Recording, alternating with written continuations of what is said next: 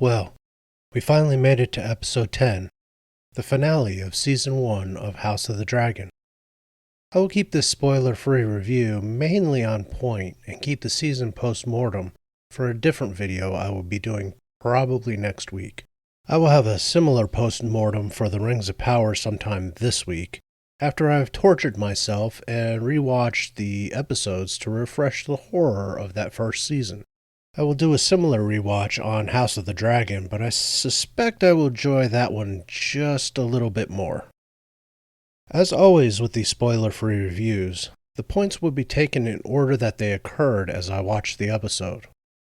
We start off with Daemon coming to the same conclusion everyone with a brain came to at the end of last week, namely that Rhaenys could have prevented all that is coming with one Dracarys from her dragon. She didn't, and that decision just gets dumber by the end of this final episode. Oh, they tried to play their stupidity off, but it eventually is shown to be just that. Stupid. Then we get a good scene from the two young actors playing the eldest two sons of Rhaenyra. They immediately pick up on the fact that the fit has hit the shan. We also get a bitchy and unfair scene from Rhaenyra, but she's in the middle of giving birth, so yeah. She's trying to pass the blame for the coming civil war off on Daemon, despite the fact that all he is doing is making sure they do not all get made dead by their kin in King's Landing. In the same scene, we get Daemon acting very un-Daemonish. It was at this point I paused the show to make sure it was not Sarah Hess writing this week's episode, because we were starting into the same sort of stupid as last week, especially the slight veer towards a feminist scree. The birth scene was kind of retarded, but the even more retarded thing is how they had Daemon acting just before, during, and slightly after. I kept waiting for Daemon to show up, but all we got was not Daemon. The inconsistent nature of the writing for his character is very annoying, especially since he is easily the best character in the whole show. Even when he is given substandard fare with which to choose scenery, he has been subdued for a few episodes now, with only periodic appearances of the dude who was killing it through episode 5 or 6. He's still the best thing in this show, but it is more of a competition now that Matt Smith isn't Matt Smithing it so much. Bad directors, no more treats for you. The impromptu coronation scene was good, right up until they tried to continue and justify the stupidity of the writing from last week. There is no salvaging that mess, and they should not even have tried. I have to say that the map table they had for the council scene was pretty awesome, and very clever.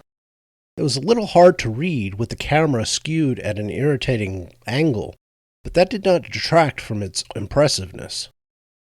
Then we get Otto Hightower showing up with his balls in a wheelbarrow. He had to have, given the intestinal fortitude he was showing by showing up in this episode the way he did, and Rhys Ifans carried it off like the subdued master he is. Daemon, however, was once again behaving less than intelligently in the following scene. He is smarter than the tantrum they had him throwing. Don't get me wrong, when Matt Smith throws a tantrum, he goes all in. Still, it was not smart, and I don't think Daemon's character is that dumb, this close to a civil war. The most annoying thing in this episode, however, was easily Eve Best as Princess Rhaenys. She spent nearly the entire episode trying to maintain the BS neutrality they used as an excuse for the imbecilic final scene from last week, and it simply does not work unless they are committing to breaking with George R.R. Martin's writing in a major way. A way that would make the coming civil war a lot easier, while at the same time harder, to win. Without the Valyrian fleet, Rhaenyra could not fight. So there is no point trying to keep Rhaenys this neutral entity. Her arc is very specific in the Book of Fire and Blood, and there is no way to maintain the storyline of the book and have Rhaenys and her husband neutral, which makes her scene with her recovering husband just as idiotic as last week's finale. and this week's attempt to make her seem neutral. It also demeans the character of Lord Corliss. He is smarter than this scene depicts him, and the odd way it plays out by the end of the episode shows that.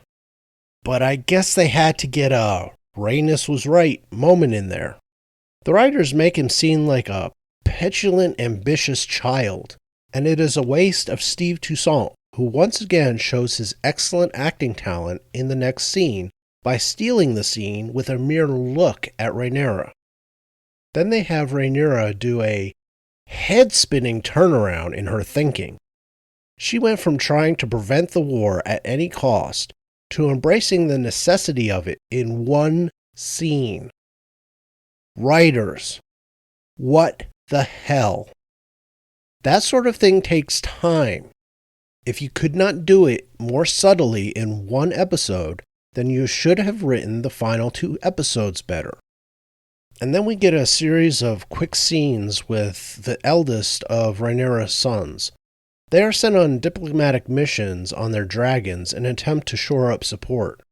And you could see where this was going to go almost immediately. You also knew the younger son was going to have the more dangerous mission, despite what his mother tells him. We get the first dragon battle in the whole series thus far, and it was both predictable and anticlimactic. It was also hard to see since the weather effects were a little too good, making a lot of it hard to see. And I guess that was the point, especially given how it ends. The final scene was very well acted by Emma Darcy, and she did it without saying a word. The mere expression on her face conveyed all you needed to know about the scene, and where it would lead.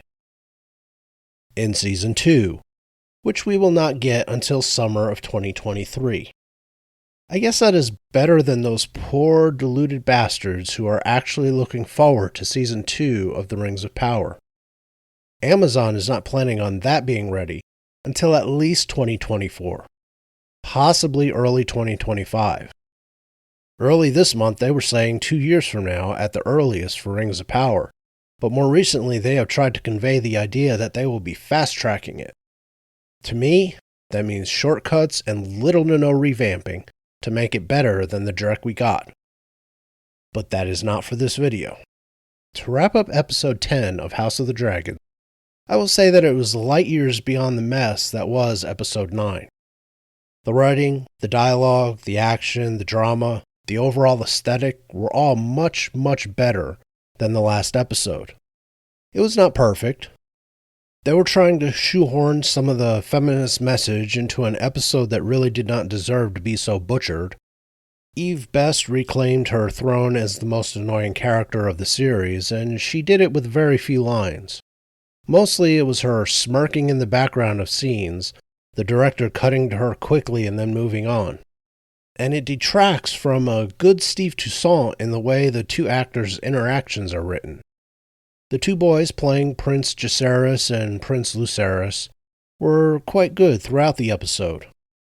I especially liked how they were trying to get them involved as the almost adults they are becoming, as good royal and noble families in the medieval times would.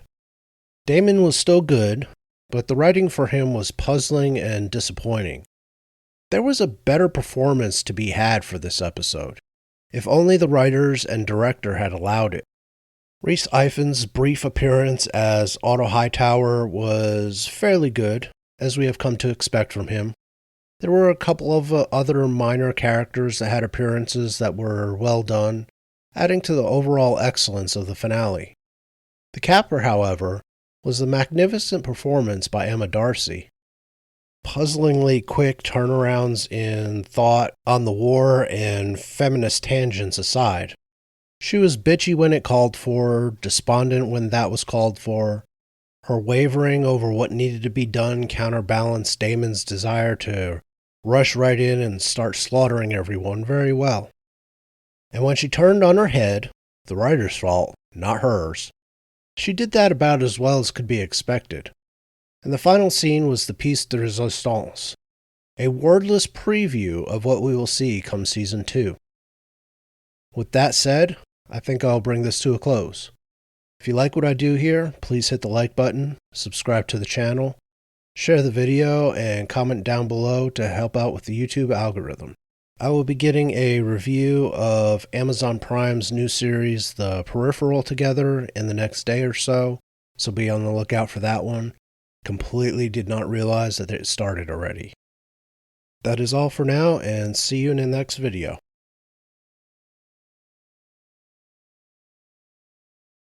Tschüss.